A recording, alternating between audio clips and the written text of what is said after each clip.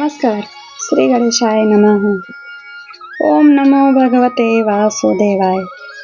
वैशाख मास कथा में यह मेरा 5वां वीडियो है। इसका संबंध पिछले वीडियो से है, वैशाख मास चौथा वीडियो से। चौथे वीडियो में आपने जाना होगा कि यमराज का जो कार्य था वह ठप हो गया वैशाख मास के धर्म कर्म करने के प्रभाव से, क्योंकि मृत आत्माएं वहां नहीं जा रही थी धर्म कर्म के अनुसार, वे सीधे वैकुंठ जा रहे थे। कार्य बंद होने से वे निराश होकर ब्रह्मा जी के पास आएंगे इस अध्याय में, और ब्रह्मा जी उनको समझाएंगे और फिर भगवान विष्णु के पास ले जाएंगे और भगवान विष्णु उन्हें वैशाख मास में भाग दिलाएंगे। परंतु यह अध्याय बहुत ही आकर्षक है, कारण इसमें शुरू से आखिरी तक कुछ भी आपको छोड़ने लायक नहीं है, कुछ न कुछ सेवन करने लायक है। प्रथम तो भगवान विष्णु को न स्नान पसंद है, न कोई धर्म कर्म पसंद है। उन्हें क्या पसंद है यह जाने इसमें कि भगवान विष्णु को क्या पसंद है, और जो पसंद है वह हर अवस्था में हर कोई कर सकता है। दूसरा, इसमें बताया जाएगा कि धर्मराज के निमित्त कौन सी तिथि को क्या करना है और प्रथम करना है। और उसके बाद ये भी बताएंगे, विष्णु भगवान कहेंगे यमराज को कि मैं श्री वत्स छोड़ सकता हूँ, वैकुंठ छोड़ सकता हूँ, लक्ष्मी जी को छोड़ सकता हूँ, अन्य भी जो उनकी विभूतियां उसका नाम लेके कहेंगे मैं इनको छोड़ सकता हूँ, पर मैं अपने भक्त को नहीं छोड़ सकता, इसलिए कीर्तिमान राजा को मैं कुछ नहीं कहूँ। जब इसके बाद दूसरा राजा और तीसरा राजा के रूप में मैं आऊंगा तब तो मैं भाग दिलाऊंगा। तो इसे शुरू से आखिरी तक सुनिएगा। सारी इस कथा में कुछ न कुछ आपके ग्रहण करने योग्य है। आइए सुनिए, लाइक कमेंट जरूर करिए और शेयर के द्वारा आप भी धर्म कर्म में अपना भाग लीजिए इस वीडियो के शेयर करके। ब्रह्मा जी ने कहा, यमराज तुमने क्या आश्चर्य देखा, क्यों तुम्हें खेद हो रहा है? भगवान गोविंद को एक बार भी प्रणाम कर लिया जाए तो वह 100 अश्वमेध यज्ञों के अविरत स्नान के समान होता। मैंने कहा ना, शुरू से आखिरी तक सुनिए, कुछ न कुछ ग्रहण करने योग्य। अब यहाँ पर आपको पता चला ना प्रणाम करना कितना महत्वपूर्ण है। यज्ञ करने वाला तो पुनः इस संसार में जन्म लेता है, परंतु भगवान को किया हुआ प्रणाम पुनर्जन्म का हेतु नहीं बनता, मुक्ति की प्राप्ति करा देता है। जिसके जिह्वा के अग्रभाग पर हरि ये 2 अक्षर विद्यमान है, उसको कुरुक्षेत्र तीर्थ के सेवन अथवा सरस्वती नदी के जल में स्नान करने से क्या लेना देना। जो मृत्यु काल में भगवान विष्णु का स्मरण करता है वह जीवन भर कितना ही कुकृत्य करे, वो कुछ भी बाधा नहीं होता, वो विष्णु का सायुज्य प्राप्त कर लेता है। क्यों? क्योंकि मैंने आपको बोला ना भगवान विष्णु को क्या पसंद है। अब यहाँ आप जानिए क्या पसंद है। क्योंकि भगवान विष्णु को अपना स्मरण बहुत प्रिय है। जो उन्हें स्मरण करता है वह व्यक्ति उनको बहुत प्रिय है, उनका स्मरण करना उन्हें बहुत प्रिय है। कहते हैं ब्रह्मा जी यमराज, इसी प्रकार वैशाख नामक मास भी भगवान विष्णु को प्रिय है, जिसके धर्म को श्रवण करने मात्र से मनुष्य सब पापों से मुक्त हो जाता है। उसके अनुष्ठान में तत्पर रहने वाला मनुष्य यदि मुक्ति को प्राप्त हो तो उसके लिए क्या कहना। जो केवल स्मरण से पा जाता है और जो कर रहा है उसके लिए तो बहुत बड़ी बात है, बहुत बड़ा चीज पाएगा। वैशाख मास में भगवान पुरुषोत्तम के नाम और यश का गान किया जाता है, जिससे भगवान बहुत प्रसन्न होते हैं। पुरुषोत्तम श्री हरि संपूर्ण जगत के स्वामी और हमारे जनक है।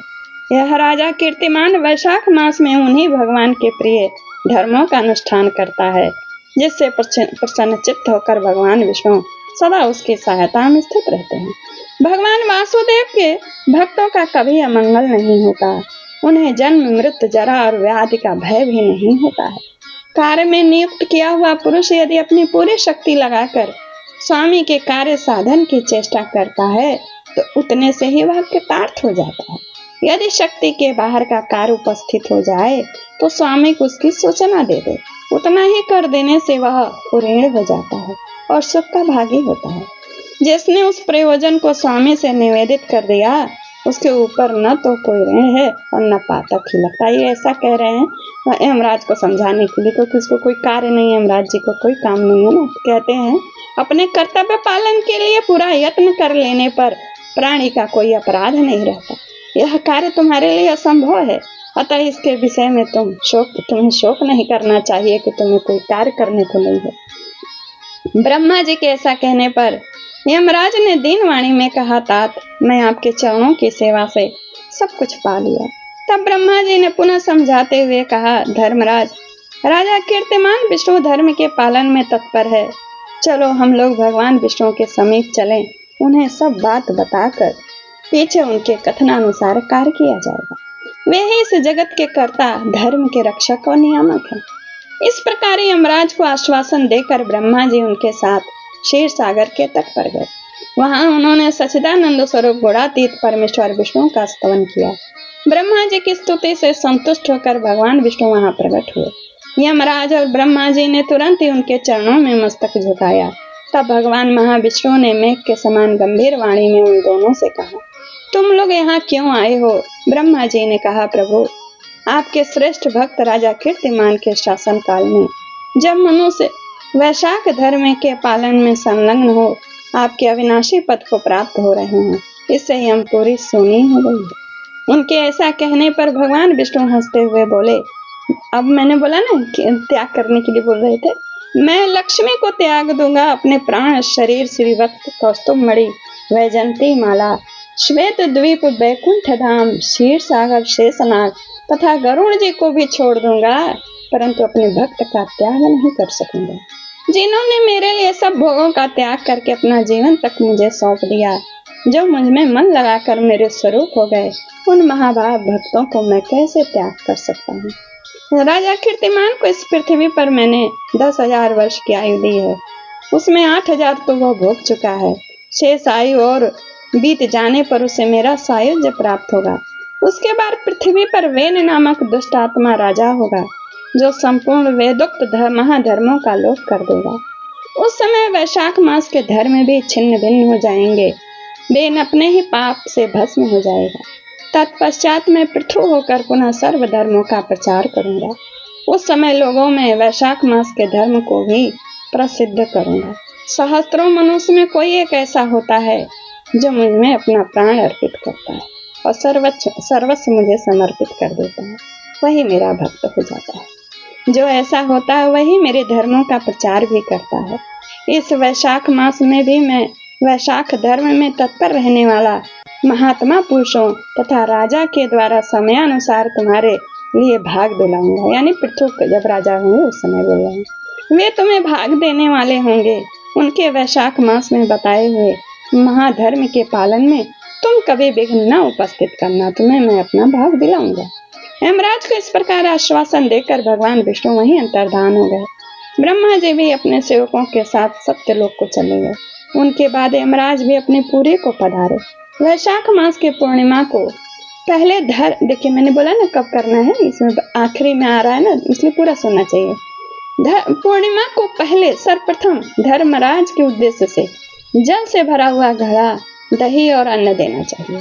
उसके बाद पितरों, गुरुओं और भगवान विष्णु के उद्देश्य से शीतल जल, दही, अन्न, पान और दक्षिणा फल के साथ कांसे के पात्र में रखकर ब्राह्मण को देना चाहिए।